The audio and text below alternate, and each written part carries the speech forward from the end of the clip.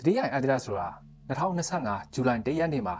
NASA ကအတိအလင်းရှာဖွေတွေ့ရှိခဲ့တဲ့ Interstellar Object တစ်ခုကိုပြောတာပေါ့နော် NASA ကတည်ဆောက်ထားတဲ့ Asteroid Terrestrial Impact Last Alert System Station ကနေပြီးတော့ရှာဖွေတွေ့ရှိခဲ့တဲ့အတွက်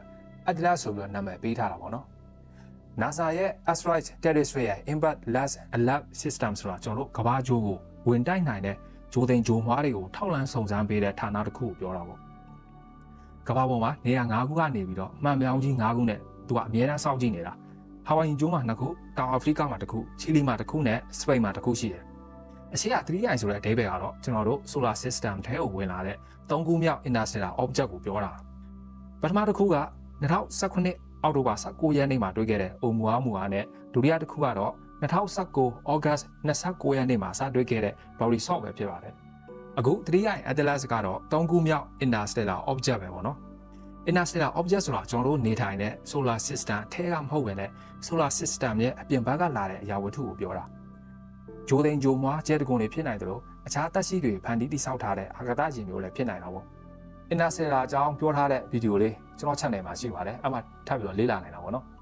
3 Atlas ကိုအာကာသဆိုင်ရာသိပ္ပံပညာရှင်အများစုကကျဲတကုံဖြစ်သတ်မှတ်ထားကြတယ်ဘာဖြစ်လို့ကျဲတကုံဖြစ်နိုင်တာလဲဆိုတော့လောင်ကျွမ်းနေတဲ့မီးလုံးကြီးပုံစံတွေ့နေရလို့ပဲပေါ့နော်အခု3 Atlas မှာကာဗွန်ဒိုင်အောက်ဆိုက်ဓာတ်ငွေ့အများပြားကိုတွေ့ရပြီးအဲ့ဒီဓာတ်ငွေ့တွေရေငွေ့တွေရေခဲတွေကနေလုံးကြီးနားရောက်တဲ့အခါမှာအဆိုင်ခဲကနေအခိုးငွေ့ gas တွေဖြစ်သူကလောင်ကျွမ်းသွားကြတယ်အဲ့လို gas တွေဖုံးအုပ်လောင်ကျွမ်းနေတာကိုအလွန်အားကောင်းတဲ့အမှန်ပြောင်းတွေကတစ်ဆင့်တွေ့ရတာပေါ့နောက်တစ်ခုက3 Atlas မှာအမီးထွက်နေတာလည်းတွေ့ရတယ်ကျဲတကုံတွေကအမီးထွက်လေးရှိတယ်ကျဲတကုံသွားရလမ်းကြောင်းမှာဒီအဆိုင်ခဲအမှုံမွားတွေကအမီးတန်းလို့ကြံရစ်ခဲ့တာပေါ့နော်အဲ့ဒီဟာကို dust tail လို့ခေါ်တယ်ကျဲတကုံမှာရှိတဲ့ gas တွေကနေကလာတဲ့ solar wind တွေကြောင့်လောင်ကျွမ်းပြီးအမီးတွေထွက်သွားတာကို gas tail လို့ခေါ်တယ် gas tail ကဒါနေရဲ့ဆန့်ကျင်ဘက်မှာအများအားတွေ့ရတတ်တယ်အဲ့ဒီတော့အမီးတွေတွေ့ရတာ gas တွေလောင်ကျွမ်းသွားလို့ဂျက်လမ်းကြောင်းတွေကြံခဲ့တာဒါတွေကခေါမခေါ်ဒီကျဲတကုံတစ်ခုဖြစ်တက်တည်ပြနေတာပေါ့နော်ဆိုတော့3 Atlas ရဲ့အရွယ်အစားကဘယ်လောက်ရှိမလဲဆိုတော့အချင်း 0.32 km ကနေ 5.6 km အထိရှိမယ်လို့ခန့်မှန်းထားကြတယ်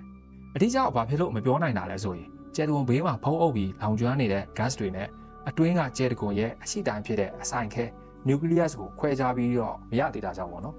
ဒီ3 Atlas ရဲ့တက်တာက9.6 ဘီလီယံကနေ14ဘီလီယံအထိရှိနိုင်တယ်လို့သိပ္ပံပညာရှင်တွေကယူဆထားကြတယ်ဆိုတော့ဒီ4.6 ဘီလီယံတက်တန်ရှိတဲ့ကျွန်တော်တို့ solar system ထောက်ကိုပို့ပြီးတော့တက်တန်ရတာပေါ့အဲ့ဒီလိုနှစ်ကိုဘီလီယံနဲ့ခြေပြီးကြာတဲ့အတွက်သူ့ရဲ့မူလဇင်းမြစ်ကိုအတိအကျထောက်လှမ်းလို့မရနိုင်ဘူးဆိုတော့ဒီ Milky Way မှာပဲနှစ်ကိုဘီလီယံနဲ့ခြေပြီးပတ်နေရင်းနဲ့လမ်းမှာအခြားကျဲတွေနဲ့ပေါင်းဆက်ဖွဲ့စည်းသွားနိုင်တယ်လို့သိပ္ပံပညာရှင်တွေကယူဆထားကြတယ်နောက်တစ်ချက်ကဒီ3 Atlas ကပြီးခဲ့တဲ့နှစ်ပေါင်း10တန်းအတွင်းမှာအကွာအဝေး 3.3 light years အတွင်းကကျဲပေါင်း25ခုကိုဖျက်ဆီးခဲ့ပြီလို့သိပ္ပံပညာရှင်တွေကလည်းယူဆထားကြတယ်။Atlas ကကျွန်တော်တို့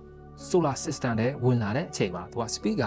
98 km/s ရှိတယ်။နေနာနေရလေ speed ကမြန်လာပြီဖြစ်ပြီးနေရဲ့အနာကနေ68 km/s နဲ့သူကဖြတ်တန်းသွားမှာ။ဆိုတော့Atlas ရဲ့သူ့ရဲ့လမ်းကြောင်းကအဖြောက်တိုင်းရှိပေမဲ့နေနာဖြတ်တဲ့အခါ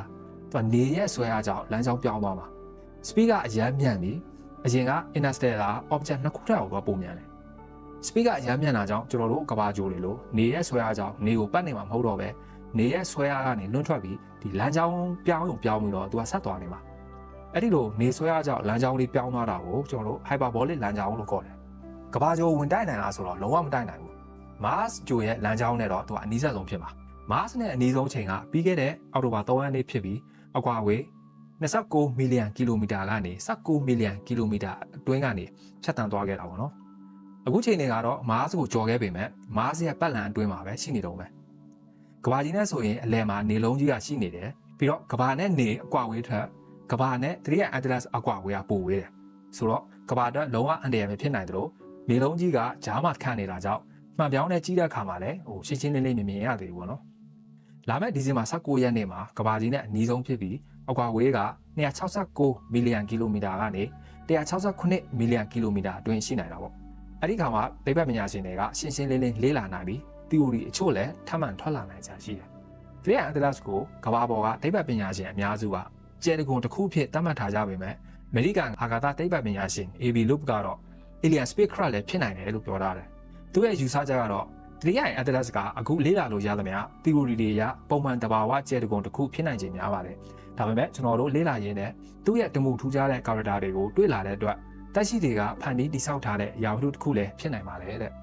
ဆိုတော့သူပြောတာက alien spacecraft လည်းဖြစ်နိုင်တယ်အဲ့ဒီ spacecraft ကကောင်းကျင်မှာလည်းကောင်းမယ်တက်စီသွားပြီးအာကာသတဲ့ space တစ်ခုနဲ့လွင့်မြော်နေတာလည်းဖြစ်နိုင်တယ်ပေါ့အခုနောက်ဆုံး AV လို့ပြောထားတာကလာမဲ့ဒီဇင်ဘာ19ရက်နေ့ထိစောင့်ကြည့်ရမယ်အဲ့ဒီမှာရှင်းရှင်းလင်းလင်းလေ့လာလို့ရမယ်နောက်တစ်ခုကဒီကောင်ကကျဲတကုံမှန်ရင်နေတဲ့အချိန်ကြောင့်အပိုင်းစားတွေကွဲထွက်သွားနိုင်တော့ဗောနော်အဲ့ဒါဆိုရင်တော့ကျဲတကုံသိကြတော့ဗောဆိုတော့ကျွန်တော်တို့ update ကိုဒီဇင်ဘာ19ရက်နေ့မှာစောင့်ကြည့်ရအောင်ဗောဗျာ